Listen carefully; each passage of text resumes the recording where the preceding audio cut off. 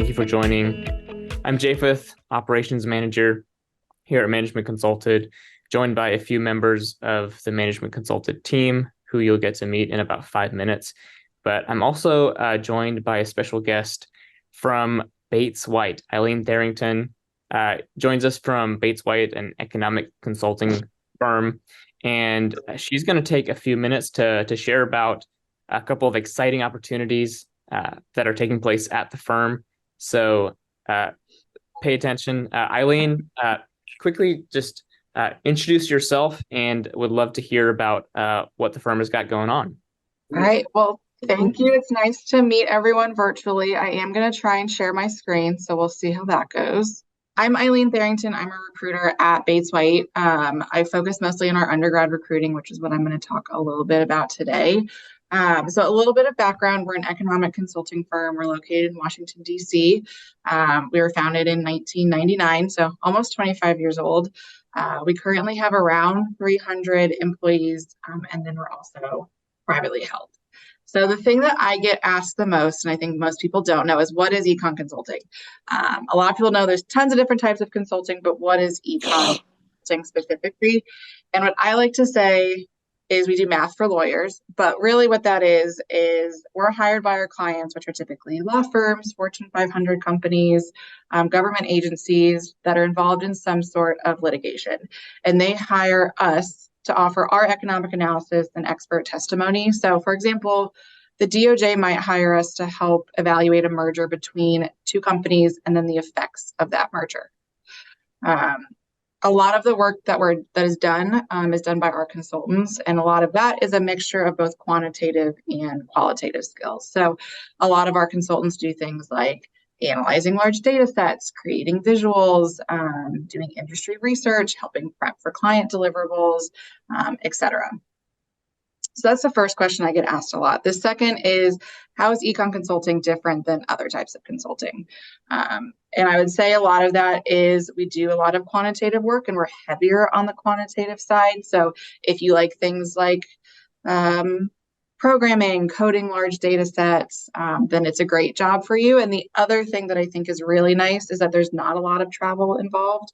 I know a lot of other types of consulting, there is a lot of travel and you're constantly on the move, but luckily for Econ consulting, that isn't really much the case. So that's probably the first two questions that I get asked a lot. And then the second is, what positions are open? And like I said, I focus mostly with our undergrad recruiting. So that's our consultant and our summer consultant position, which we are currently hiring for. So our consultant position is geared towards seniors who are just graduating. So for right now, it's graduating between December 2023 and spring of 2024. And our summer consultant position is our summer internship. It's a 10-week in-person paid internship in DC, and it takes place between June and August each summer. And those are for students graduating between December 2024 and spring of 2025. And I know there are a lot of people on the call who maybe have previous work experience, and we do also have positions that you guys are eligible for too. We do have experienced recruiting. We're not currently recruiting for that right now. We've kind of wrapped up for the year, but we will be starting that again in late winter, early spring, and that's geared towards people who have a couple years of experience. Maybe they have a master's, and want to just kind of have a shift in their career. That's amazing. All right, folks, we do encourage you to visit the links here. We will also send everything out when we share the recording of this to your inbox, so stay tuned for that. Eileen, really appreciate you stopping by, taking the time to share about what's going on at Bates White. All right, thanks everybody. See ya. Thanks, Eileen. Just so everybody on the call knows as well, we have some great podcast and also mirrored on YouTube episodes about Bates White. When we go to events, we do about 125 live events a year. The number one question we're getting this year is anybody actually even hiring? Right? Like what is the point of doing this anyhow? And so we work really hard to share with you hey, there are firms that want to talk to y'all. They're actually specifically coming because you are valuable to them and they want to reach you. And so if there's a mismatch where you think that they don't exist and they think that you don't want to work with them, then that creates an imperfection in the market. We're working to solve that. So please do reach out and also reach out to us directly if you have any questions about how Bates White fits into the broader perspective of consulting. That's right. Yeah, you can find the podcast on the Strategy Simplified podcast. Just search that on Spotify or Apple or YouTube, and you'll find that. All right. Well, Jenny Rae, can you quickly introduce yourself, and then Edward, would love to get your intro as well, and then we'll dive right into today's session. Today, we've got the battle of McKinsey and Bain on the Q&A. It's going to be really fun for us to answer your questions. I'm Jenny Rae LaRue. I'm the managing director, CEO, owner, whatever, chief travel officer of Management Consulted. I love what I do in the consulting space, and it's really an honor to be able to answer your questions. Today, we're kicking off what we hope will be a permanent Tuesday series of Q&A questions. So as long as you have questions, we will be here every Tuesday at the same time to answer them. Sometimes we're going to have different firms come on and present a little bit about themselves, like Bates White did. Every time they do that, you know that they're hiring now. They'll tell you what they're hiring for and what they're not hiring for. It's a really great opportunity to meet them. But usually this is also just about you. And so I am a former Bain consultant. I worked at Bain. It's been a hot minute now, but I worked in their Atlanta office. I also have a career in tech, and then my last phase of my career has been buying companies. So I'm really passionate about what I do, based in Northern California, and excited to be with you today. And hi, everyone. It's a pleasure to be on the call with you today. My name is Ed Sinclair. I'm based in Perth in Western Australia. I'm a former McKinsey consultant. I was based out of the Perth and Sydney office in Australia. Since I left McKinsey, I have moved to philanthropy. It's the Minderoo Foundation, which is the largest foundation in Australia and the Asia Pacific, and I'm in the impact investing team. I also get to coach through Management Consulted, and it's something that I really love getting to do because I remember being at the beginning of the case interview process and being utterly terrified and hopeless. But the thing that I learned through the process and since getting to coach others is that it's a skill that can be taught and can be learned. And anyone can develop that muscle and get really good at casing. The other thing that I love about learning and then getting to teach this is that you will come up against case interviews, not just for consulting firms. They are going to pop up in many different facets of different careers and different interviews. In fact, the interview I had to sit for my current role as an investor, I had to do a case study and a presentation style case study. So what I learned as a McKinsey consultant and when I was applying and going through all the interviews, I still used to get my next job and will likely use for the one after this. Great to be with you today and looking forward to answering any and all of your questions. So, Japheth, are you ready to kick off with the questions? I'm so ready for this. Let's go. All right. Well, we got a question here from Nicholas. And Nicholas, if you're on the call, thank you for submitting this question. But the question is just about fit interviews. What's basically how to best prepare for fit interviews? Jenny Rae, do you want to take that first? Yeah, sure. So, Nicholas, we have worked on this a lot over time, and it actually began with a little bit of heartbreak. So when people are preparing for fit interviews, usually it's an afterthought. And what happens is that people come to us and they'll work with us for like 8 or 12 or 20 hours on a case interview process. And really early on, we would work with people just in the case interview. And they would come to us at the end and they'd say, hey, somebody said my case was amazing, but I'm not a fit for the firm. And we realized that the fit interview is actually, going back to my experience at Bain, the fit interview is about 50% of your final round score. So what we were doing is we were really effectively preparing people for the first round.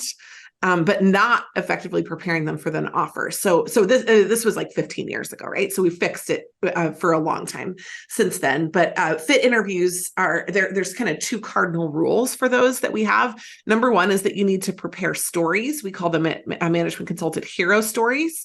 We recommend 15 prepared stories that you can tell within 1 minute inside the interview. I don't care whether you've ever written them down, but I do care that you have a bank of them to draw on. So most people do find it helpful to write them down. And the second is that you have practiced not just ideating, like writing down your stories, but you've actually practiced natural delivery of the stories. An engaging storyteller demonstrates executive presence, not just content of the stories. And so we generally will recommend that our black belts use one of their sessions to do fit preparation and or any buffer time. If there's like 5 to 10 minutes at the end of any session, that they're doing these kinds of fit questions, and that you start them pretty early, because the better you are at fit questions early in your recruiting process, the better you are in the networking process and the better prepared you are overall for the interview. So those are kind of our two top tips. We have obviously a whole course on fit interviews that our black belts get access to. We have them walk through that, but generally it's like write the 15 stories and then make sure you can deliver them within 1 minute, and you've practiced doing that. So start prepping your hero stories if you haven't already. All right, get a couple questions around salaries. So first one is it common to negotiate your salaries if for a consulting job? Great. Edward, do you want to take this one, or you want me to do it? I think you'll have the most recent info on this in light of consulting. So if it's Sure. okay, I'll pass back to you. Yeah, for sure. So no. You cannot negotiate for your salary, which is a really fascinating part of the consulting industry. And actually, if you want to peek at what the salaries are at different firms and in different places, we have the world's most comprehensive salary report that we publish every single year. So you can find that, you can utilize that, and you can focus on that. There is, however, a different lever for negotiation that you can use, which is your position. So for those of you that are not coming in directly from undergrad or directly from an MBA or an advanced degree, if you're coming in as an experienced hire, you need to make two cases to the firm. One is that you're going to be a good consultant, staff analyst, kind of like whatever role it is. And the second one is that you should be the most senior version of that. That the work that you did prepared you for that. And so, for example, if you're paid at the level of a first-year analyst versus a second-year analyst, that's about a 20% bump. So you can negotiate, but it's for responsibility that is tied to comp, not for comp itself. So the firms are pretty good about being very transparent about the different roles, different levels, and basically they pay a band inside there that's super, super clear. But if you want more responsibility, you could get paid more for that. Great. No, it hasn't changed since I was at the firm, Jenny. Great. And just for everyone, I popped a link to the consulting salaries report in the chat, so you can check that out and see what you can expect to make for about 90 different firms. So it's a great resource. All right, Jenny Rae, somebody's asking about, let me see, what are the post MBA salary projections for MBB in the coming years? Great. So when we think about projections, so first of all, if you actually just click on the link, we can share, kind of at a high level what a lot of the different roles are. And we break these up by undergrad and then like MBA, PhD, et cetera. So let me first of all just say where we are right now. Like we're looking at a base of 190 to 192 in the US for MBB. And for the big four, we're looking at, depending on the kind of practice that you're in, at a base of like 160 to 175. The 175 is going to be for the higher practices. So like think about it as basically like 175 to 190 at the MBA level.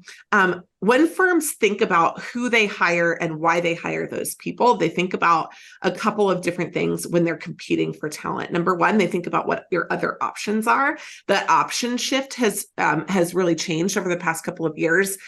For a long time, the only other reliable, competitive option was banking for making a similar amount of comp. The play for consulting was you're going to get to do more interesting work and you're going to have a better pathway to the CEO chair. The second thing that you think about is lifestyle. Consulting definitely offers a better lifestyle versus that. But then kind of onto the scene came tech. And tech has become a real competitor for talent. Now, right now, tech hiring has softened significantly. Banking hiring has softened significantly. And consulting hiring has not softened, but is very much on hold. Like they just don't know what the next year is going to hold. So what we have never seen is a decrease in comp, but we have seen some years where comp is flat. So our best guess is that over the next couple of years, we'll see that base comp stay flat for probably 1 to 3 years, flat or up, like, with a little bit of inflation bump, like 2% maybe.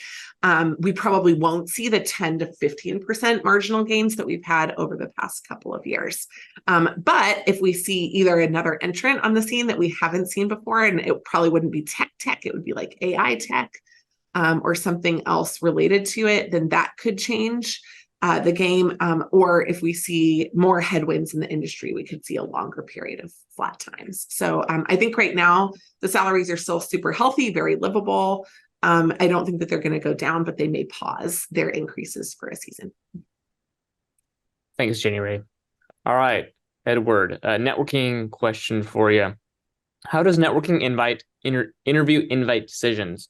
Do firms keep an active list of applicants and make notes after each interaction, or do they just rely on referrals and interview candidates?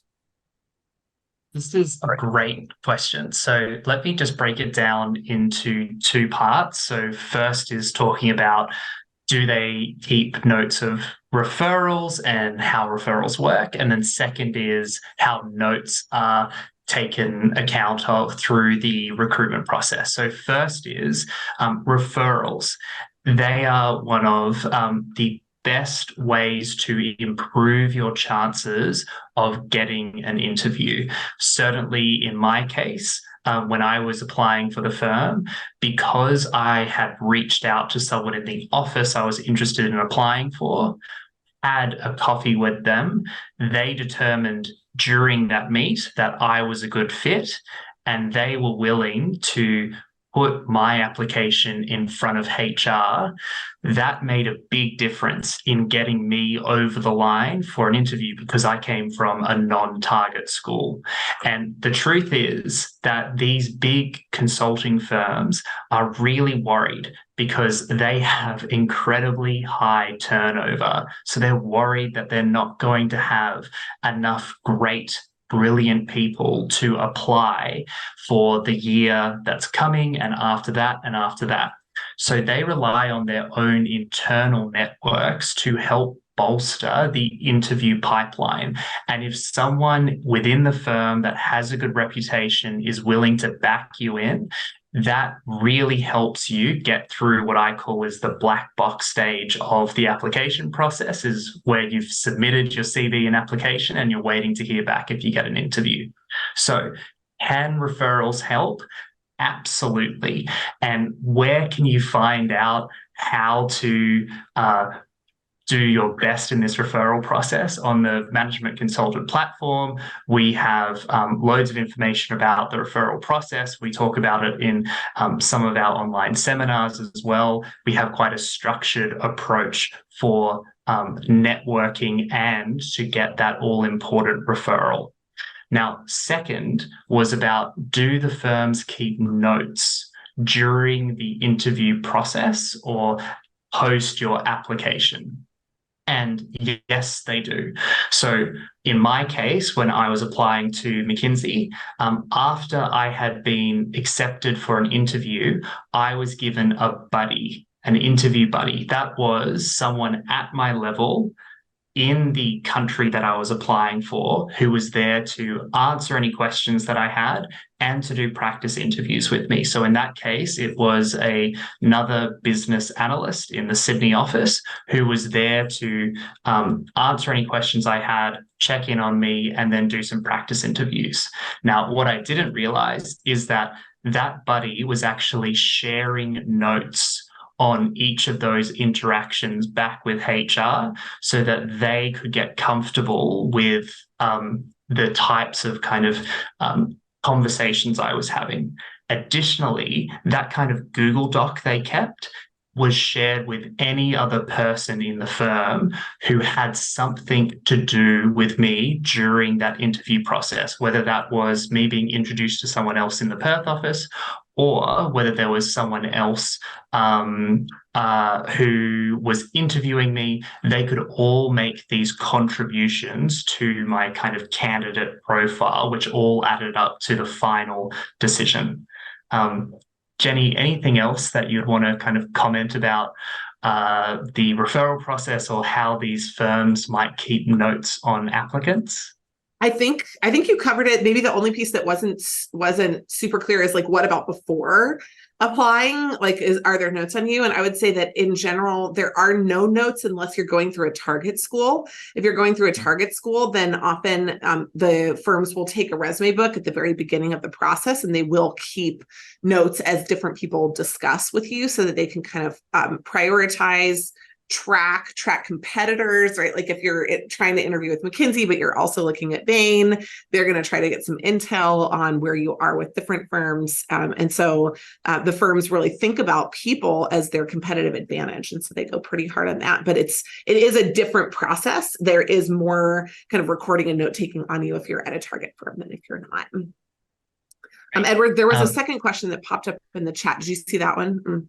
Yeah, I've got it in front of me. Thanks for asking that, Kirsty. So in terms of how did I know this person? Can you just restate the question? Yes, sorry. So the question was, at Edward, when you say you reached out to someone in the office, how did you know them? So this was actually a contact of my now wife, who met this particular member of the firm just through a kind of networking event she was doing separate to my kind of application process.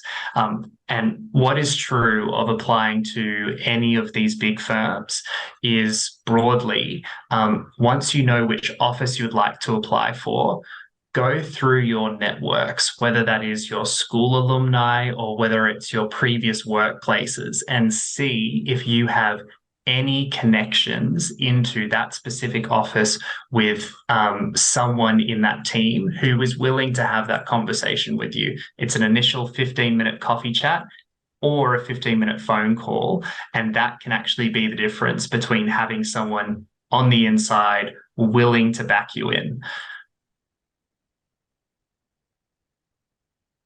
Really helpful, both of you. Let's stick to networking here. We've got one or two more questions on that. How important is networking for an office that you are not native to? So this anonymous person is looking to move to Singapore. I assume they're in a different country. So how important is networking for offices where you're not a local? So it doesn't really matter whether you're local or not. Networking is all important. And the only exception, again, is if you are going through a target school program. Like I went to Columbia Business School. So at Columbia Business School, I didn't necessarily have to network with people in my local office, because if I passed my first round, generally they were going to put me into the office that I was the most interested in. However, it definitely gives you intel and insight that helps you pass your first round when you can speak about the specific experience in a firm, about why you want to work in an office. It's a better story. It's more compelling. And so if you are going through even target school recruiting, I think it's an advantage to network. It is the only way, really effectively, to get into an office if you're not going through a target program, is through networking. And you must network with that local office. Like networking with somebody in Dubai is not going to give you the same kind of panache that you would have if you networked with somebody directly in Singapore. So if you're trying to get excused from networking, you're really going to do yourself a disservice in the process, because you have the opportunity to learn. You have the opportunity to practice your presentation in a low stakes environment. And you also have the opportunity to gain an advantage. And I would not forgo any of those opportunities if I were you. Yeah, I would even just say I'm not opposed at all to the relatively low risk but high reward outcome of a cold call LinkedIn message to someone in a company in an office that you might be interested in, purely just approaching it from a point of curiosity to hear about what that particular firm is like and that particular office's culture.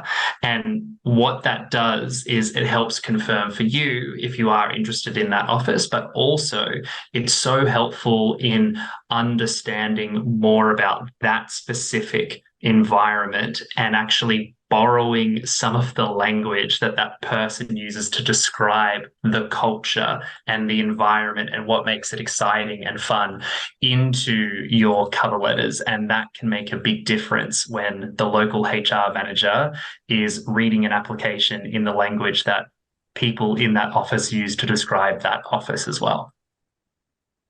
Ed, I think that's really insightful, especially the tip about referencing what you learned from your networking conversations in your cover letter.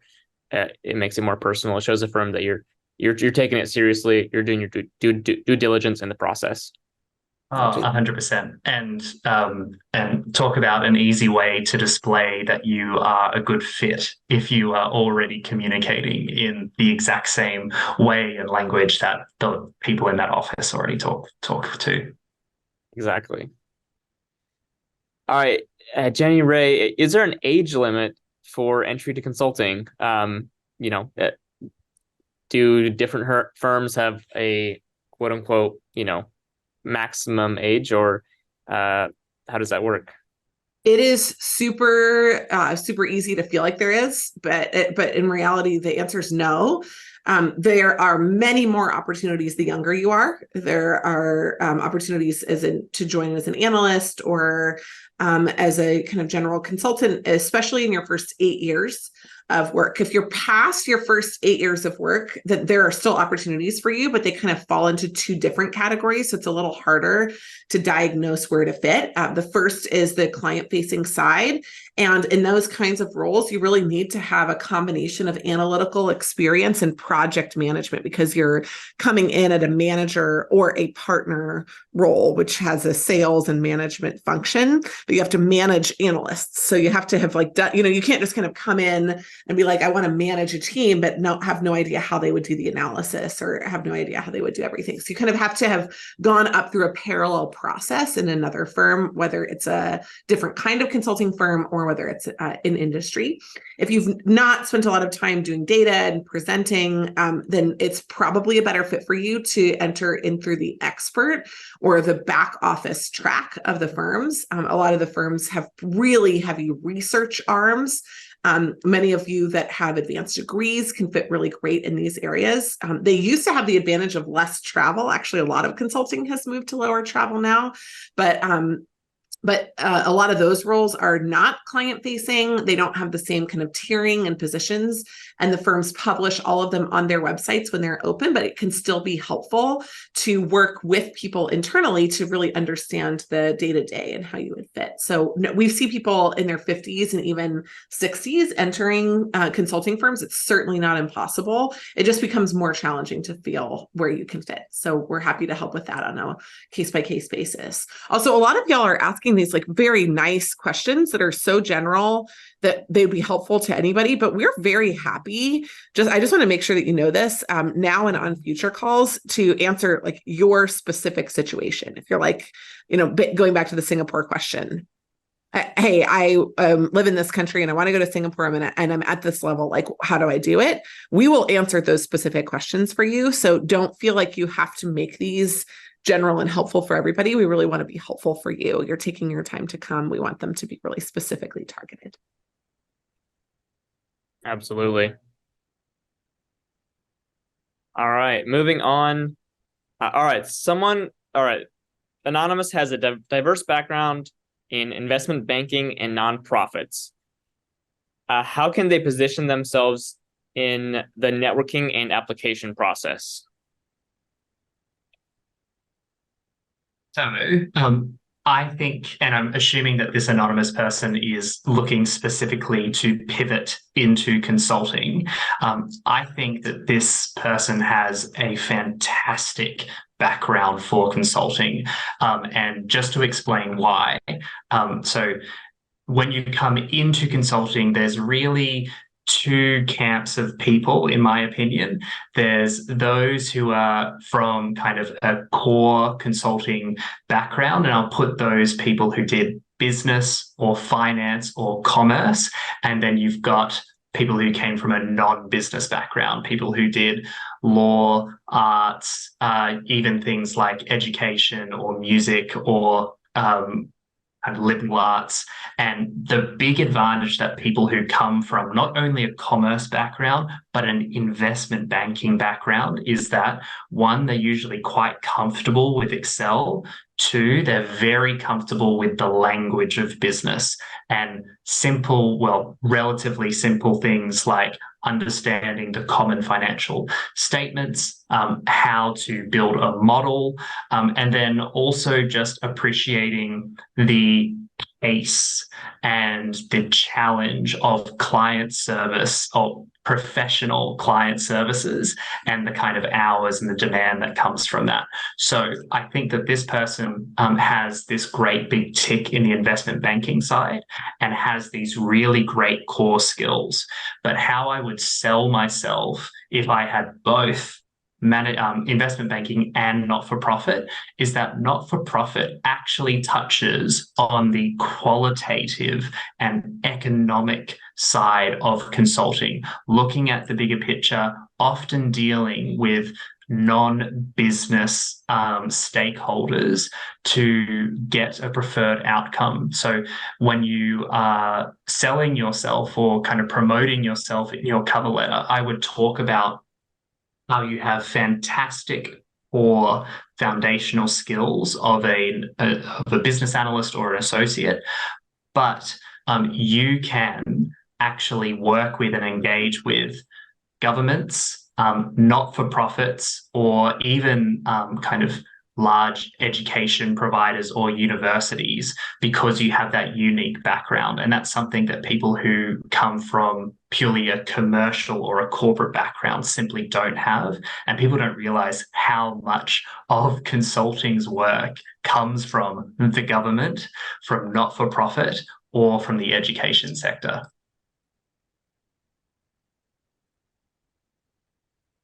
Thanks, Edward. Really helpful there. Well, sticking with kind of experienced professionals here, we've got Cody, who is in a professional MBA program, like an evening MBA program, 12 years of experience. He's self-employed and wants to know what channels that he should be using to break into consulting, specifically full-time, to avoid needing to wait for an internship role. Edward, do you want to start with that one? Yeah, I'm happy to jump in on this one.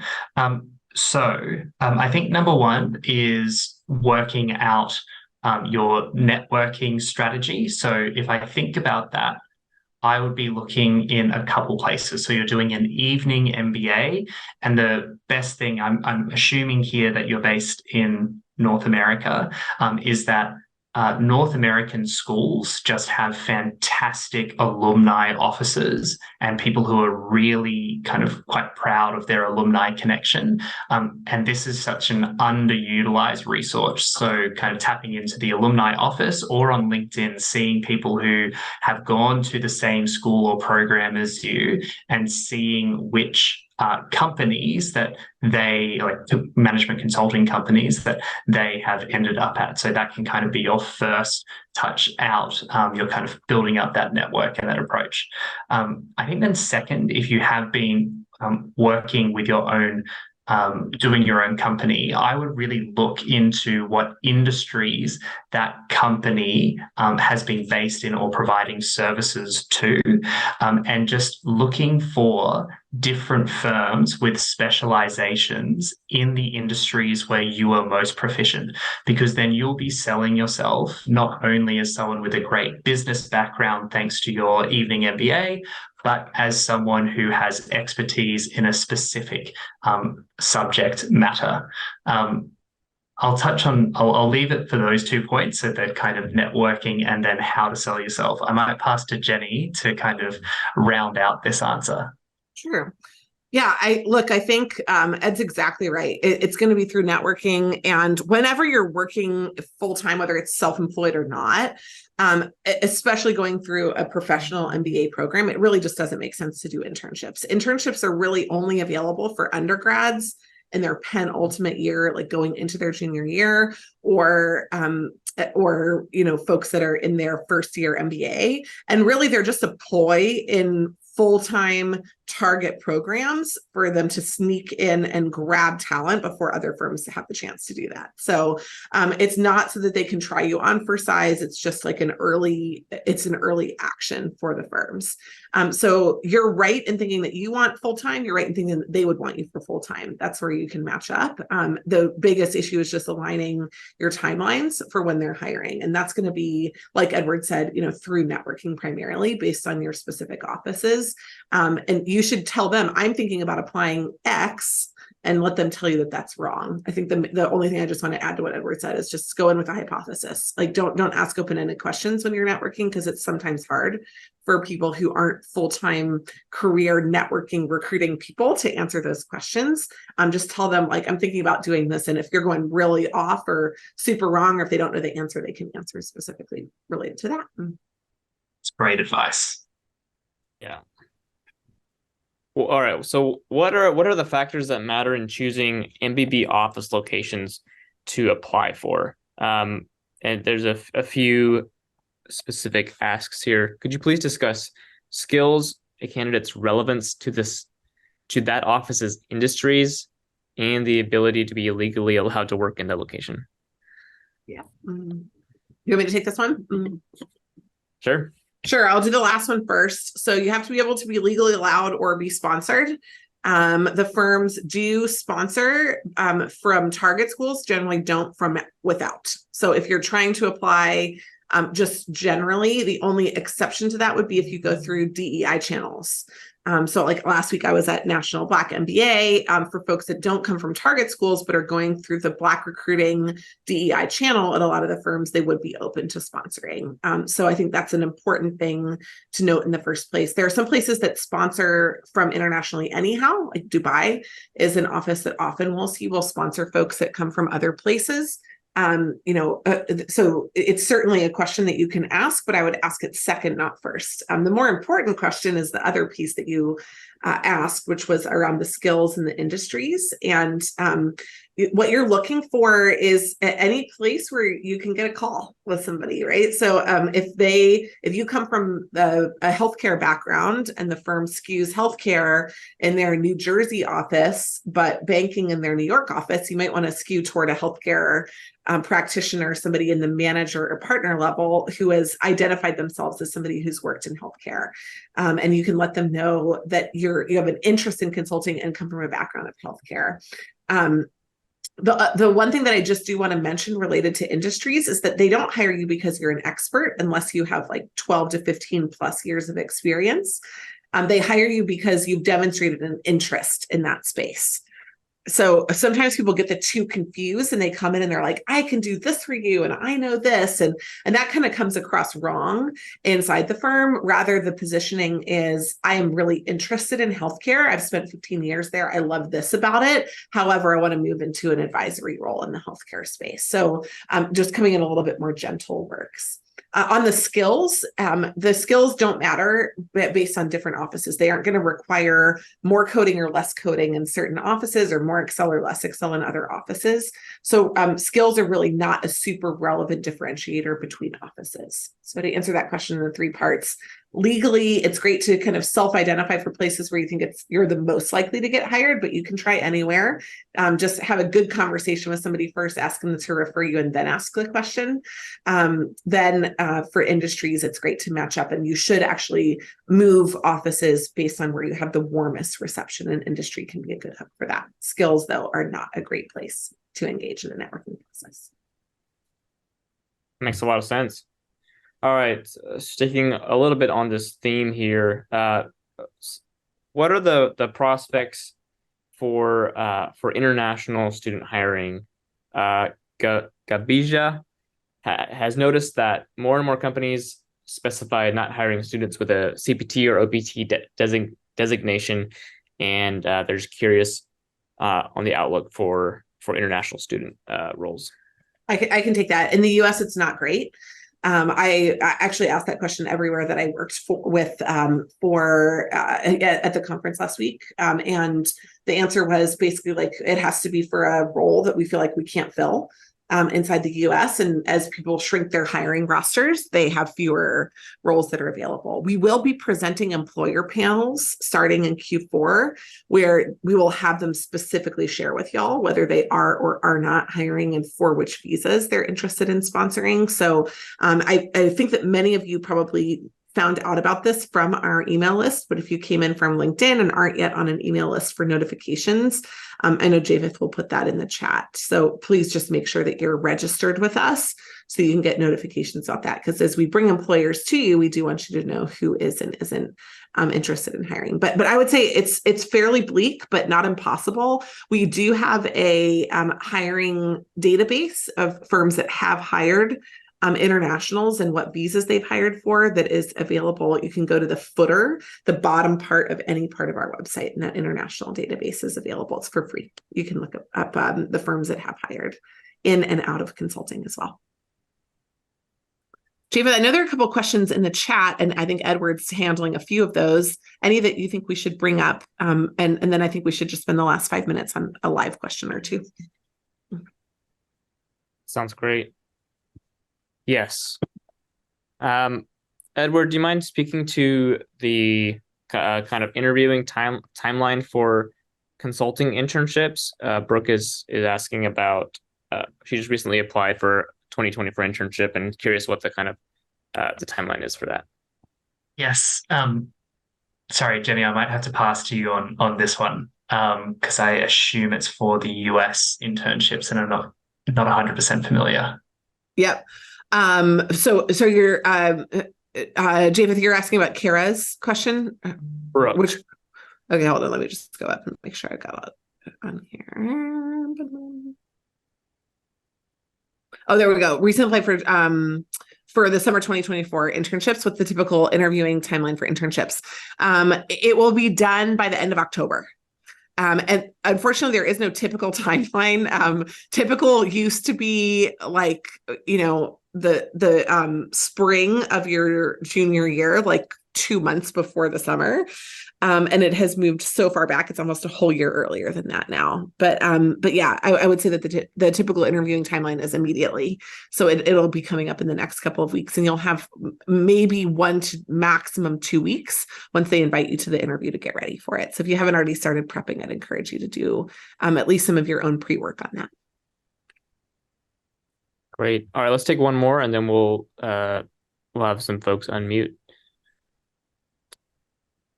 All right, man, I'm gonna butcher the name. Kaustub. How do you navigate the role progression requirements within job descriptions when your company has a flat lateral structure, but roles are more experienced based with a lot of project management? So maybe you don't have you haven't formally received a promotion every 2 years, but you progress just based on experience. Yeah, nobody cares. They'll ask you about your comp, but they're really just trying to figure out where you fit inside their organization. So you tell them when you're interviewing, you tell them when you apply what role you're applying for. So we do that in the cover letter, you do that in the application, and you'll do that when you're networking with people. So tell them where you think you fit. And I'll always shoot high, right? Like I'm thinking I'm a manager. You're going to get paid more as a manager. So like shoot high if you feel like your experience is commensurate with that, and then you'll interview for and have to prove yourself for that level. But that'd be my recommendation, is that you have to translate for a lot of these organizations where you came from. That's part of your responsibility, but you can do that in a way that is favorable to yourself. And I would always encourage people to do that. There is let me just answer that with one second little teeny piece. There's this common misconception that like consulting is hard to get into, so you should go humble, like you should go low, right?